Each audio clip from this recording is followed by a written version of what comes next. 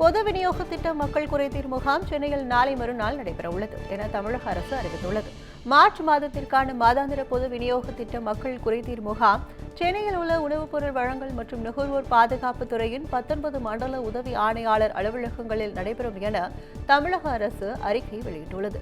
குடும்ப அட்டைகளில் பெயர் சேர்த்தல், பெயர் நீக்கம், முகவரி மாற்றம் உள்ளிட்ட பொது விநியோக திட்டம் தொடர்பான சேவைகள் இந்த முகாமில் மேற்கொள்ளப்படும். மேலும் நியாய விலைக் கடைகளில் பொருள் பெற நேரில் வருகை தர இயலாத மூத்த குடிமக்கள் உள்ளிட்டோருக்கு அங்கீகார சான்று வழங்கப்படும்.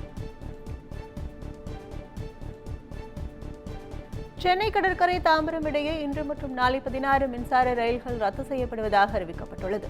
எழும்பூர், கோடம்பாக்கம் ரயில் நிலையங்களுக்கு இடையே பராமரிப்பு பணிகள் நடைபெறவுள்ளது. அதன் காரணமாக ரயில் நிலைய ரயில் சேவைகள் மாற்றம் செய்யப்படுவதாக தெற்கு ரயில்வே அறிவித்துள்ளது. அதன்படி இன்று நாளை பகல் 12:30 மணி முதல் 2 மணி வரை சென்னை கடற்கரை தாம்பரம் இடையே 16 ரயில்கள் ரத்து செய்யப்படுவதாக தெரிவிக்கப்பட்டுள்ளது.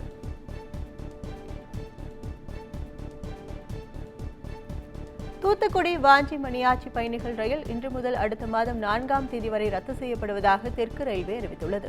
தூத்துக்குடி ரயில் நிலைய பகுதியில் மழைநீர் தேங்குவதை தடுப்பதற்காக ரயில்வே தண்டவாளத்தை உயர்த்தும் பணிகள் மேற்கொள்ளப்படுகிறது. இதனால் தூத்துக்குடி வாஞ்சி மணியாச்சி இடையேயான ரயில்களில் மாற்றம் செய்யப்பட்டுள்ளது.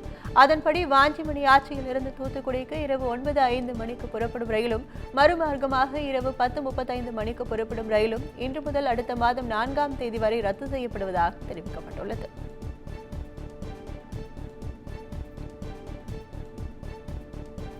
சென்னை தண்டையார்பேட்டையில் கொலை செய்துவிட்டு சடலத்தை சாலை ஓரம் மணல் மூட்டைகளை அடுக்கி மறைத்து வைத்து சென்றவர்களை போலீசார் தேடி வருகின்றனர். மணல் மூட்டைகளில் மூடி மறைத்து வைக்கப்பட்டிருந்த ஆண் சடலத்தை கைப்பற்றி போலீசார் விசாரணை மேற்கொண்டு வருகின்றனர். திலகர் நகர் குடியிருப்பு அருகே சாலை ஓரத்தில் உள்ள ராட்சத குழாயின் பின்புறம் ஆண் சடலம் ஒன்று கற்கள் மற்றும் மணல் மூட்டைகளால் வைத்து மறைக்கப்பட்டிருந்தது. இதுகுறித்து தகவல் அறிந்து வந்த போலீசார் சுமார் 40 வயது மதிக்கத்தக்க அந்த ஆண் சடலத்தை கைப்பற்றி பிரேத பரிசோதனைக்கு அனுப்பி வைத்தனர்.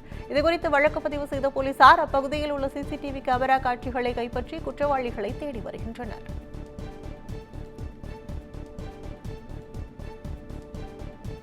நெல்லை மாவட்டம் வள்ளியூரில் தாய் இருந்த துக்கத்திலும் 12ஆம் வகுப்பு தேர்வு எழுதிய மாணவனுக்கு சபாநாயகர் அப்பாவு ஆறுதல் தெரிவித்தார்.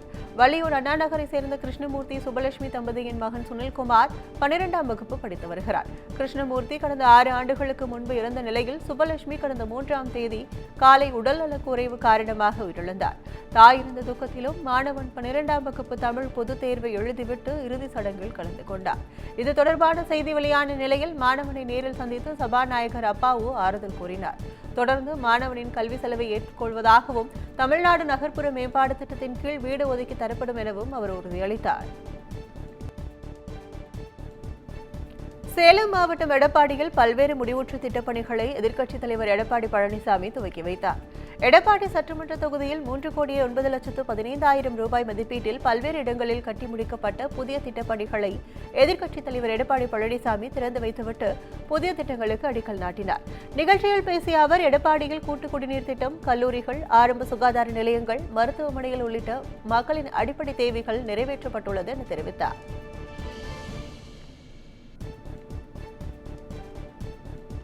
சேலம் மாவட்டம் ஏற்காட்டிற்கு இரவு 10 மணிக்கு மேல் மலைப்பாதையில் பயணிக்க தடை விதித்து போலீசார் உத்தரவிட்டுள்ளனர். ஏற்காடு மலைப்பாதை 60 அடி பாலம் அருகே இளம்பெண்ணின் சடலம் கண்டெடுக்கப்பட்டது. இது பரபரப்பை ஏற்படுத்தியுள்ள நிலையில் குற்றவாளியை பிடித்து போலீசார் விசாரணை நடத்தி வருகின்றனர்.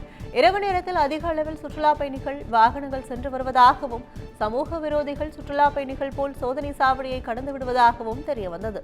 இதனிடையே குற்றங்களை தடுக்கும் விதத்தில் இரவு 10 மணிக்கு மேல் ஏற்காட்டிற்கு சுற்றுலா பயணிகளுக்கு போலீசார் தடை விதித்துள்ளனர்.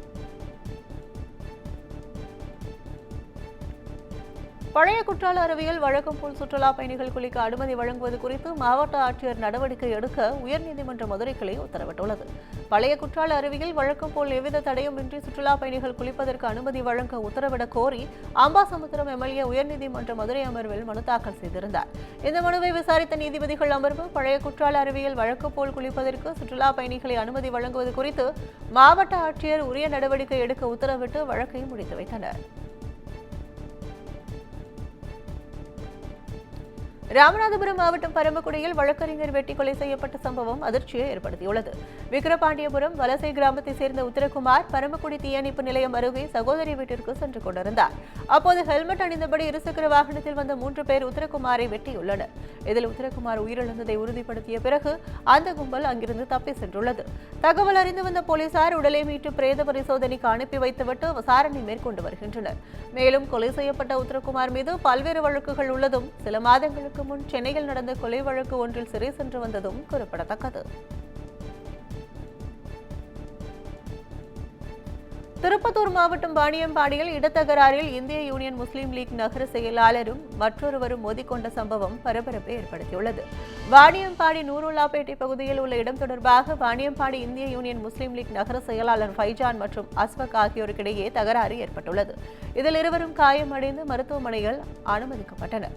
இந்நிலையில் இந்திய யூனியன் முஸ்லீம் லீக் நகர செயலாளரை வேறு மருத்துவமனைக்கு அழைத்து செல்ல போலீசார் தடுத்ததால் வாக்குவாதம் ஏற்பட்டது. போலீசார் இரு தரப்பினரிடம் பேச்சுவார்த்தை நடத்தி இரு தரப்பிலிருந்து புகாரை பெற்று விசாரணை மேற்கொண்டு வருகின்றனர்.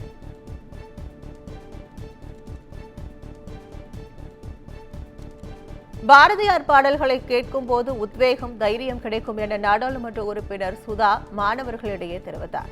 சீர்காழி அருகே திருவெண்காடு அடுத்த மேய்கண்டார் அரசினர் தொடக்கப்பள்ளியில் பாரதியார் நினைவை போற்றும் வகையில் விழா நடைபெற்றது. இதில் மயிலாடுதுறை நாடாளுமன்ற உறுப்பினர் சுதா பங்கேற்று பாரதியார் சிலைக்கு மரியாதை செலுத்தினார். தொடர்ந்து மாணவர்களுக்கு இனிப்புகள் வழங்கி மாணவர்களுடன் கலந்துரையாடினார். அப்போது பேசிய அவர், பாரதியார் பாடல்களை கேட்கும் போதும் ஒரு வரியை படிக்கும் போதும் ஒரு உத்வேகம், தைரியம் கிடைப்பதாக பெருமிதம் தெரிவித்தார்.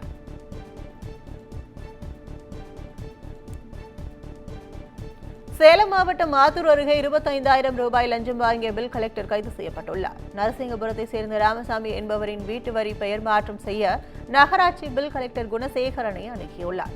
இந்நிலையில் குணசேகரன் 40,000 ரூபாய் லஞ்சம் கேட்டுள்ளார். இதுகுறித்து ராமசாமி லஞ்சம் ஒழிப்புத்துறை போலீசாரிடம் புகார் அளித்துள்ளார். போலீசாரின் ஆலோசனைப்படி ரசாயன தடவி 25,000 ரூபாயை ராமசாமி கொண்டு சென்றார். அதை அவரிடமிருந்து குணசேகரன் வாங்கிய போது மறைந்திருந்த லஞ்ச ஒழிப்பு போலீசார் கையும் களவுமாக பிடித்து கைது செய்தனர். கோவை மாவட்டம் மேட்டுப்பாளையத்திலிருந்து உதகைக்கு கோடைக்கால சிறப்பு மலை ரயில் இயக்கப்படுவதாக ரயில்வே நிர்வாகம் அறிவித்துள்ளது. மேட்டுப்பாளையத்திலிருந்து உதகைக்கு தினசரி நீலகிரி மலை ரயில் இயக்கப்பட்டு வருகிறது. ஒவ்வொரு ஆண்டும் கோடைக்கால விடுமுறை நாட்களில் சுற்றுலா பயணிகளின் வசதிக்காக சிறப்பு மலை ரயில் இயக்கப்படுவது வழக்கம். அதன்படி இந்த ஆண்டும் கோடைக்கால விடுமுறை நாட்களில் மார்ச் 28ஆம் தேதி முதல் ஜூலை 6ஆம் தேதி வரை இயக்கப்படும் என்றும் சேலம் ரயில்வே கோட்ட நிர்வாகம் அறிவித்துள்ளது.